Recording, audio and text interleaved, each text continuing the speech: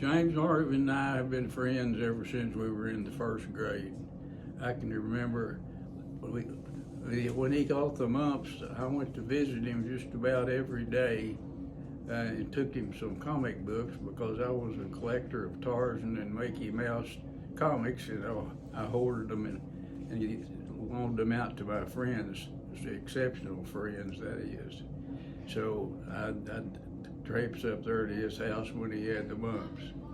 But an interesting thing happened. James Marvin was always one notch above me playing athletics, baseball, and everything. He was a gifted little boy.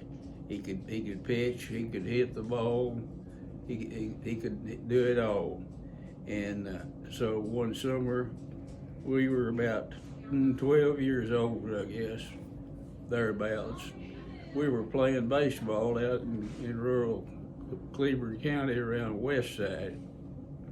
And James Marvin got to drive earlier than I did because his dad always had some old junker vehicle around that he could let him drive. And even though he was underage, and I always tagged along, and we drove out there in James Marvin's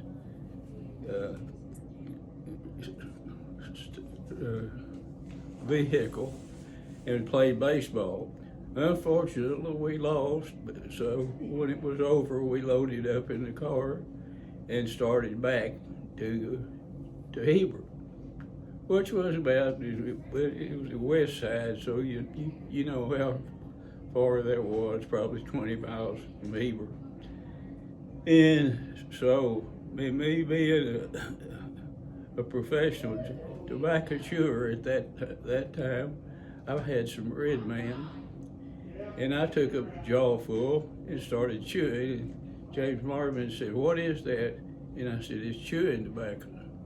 And he said, "Well, I want some." I said, "Well, okay." So he grabbed a package and took him a goodly amount for a beginner, and we kept going on down the road.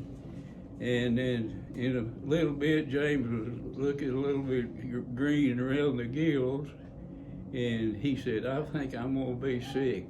And I said, "Well, pull over, and you'll probably vomit, but that's okay. That's sometimes happens when you're chewing tobacco for the first time." And sure enough, he did.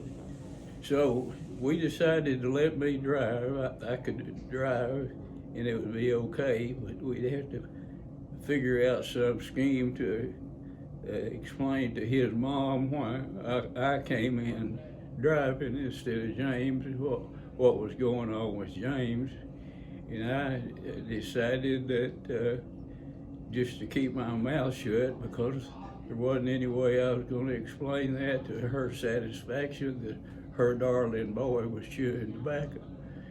So we got to the house, and sure enough, she came out and said, "Well, what's wrong?" And I said, "Well, James Marvin got a little sick in his stomach out there playing baseball."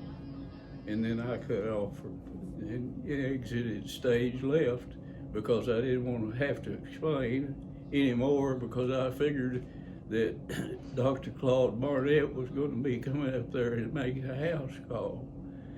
So I left and didn't think too much about it for several years, because he had sworn me to secrecy not to ever say a word to anybody about that.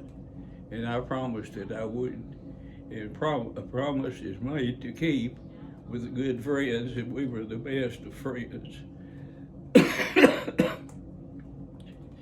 And so several years passed, and then everybody that was associated with that episode